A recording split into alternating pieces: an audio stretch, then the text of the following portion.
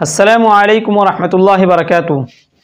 नाज़रीन, इस वीडियो में मैं जुमा की सुन्नतें बताने जा रहा हूँ कि जुमा के दिन क्या क्या सुन्नतें हैं, अल्लाह के नबी सल्लल्लाहु अलैहि वसल्लम का क्या क्या तरीक़ा था और किन किन चीज़ों पर वो अमल करते थे।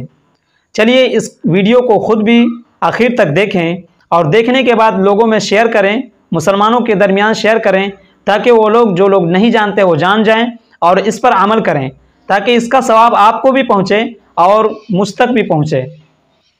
चलिए मैं शुरू करता हूँ। जुमा की सबसे पहली सुन्नत जो है वो गुस्ल करना है।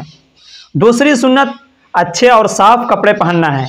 तीसरी सुन्नत मस्जिद जल जाने की फ़िक्र करना है।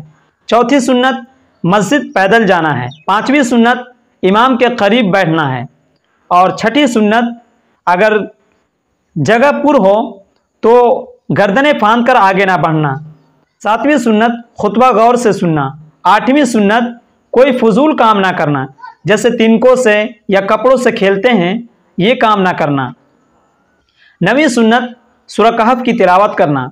सूरह कहफ के बारे में आता है कि जो शख्स इसकी तिलावत करता है तो अर्श से आसमान तक एक रोशनी होती है, जो क़यामत के दिन जब अंधेरा होगा तो उसको ये रोशनी अता की जाएगी।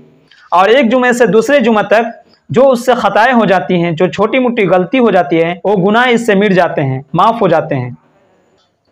10वीं सुन्नत दरूद शरीफ कसरत से पढ़ना।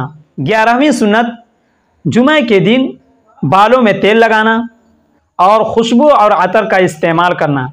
ये सुन्नतें हैं, इंशाअल्लाह आप भी और हम भी इस पर अमल करेंगे और दूसरों को अमल कराने का ज़रिया बनेंगे इंशाअल्लाह।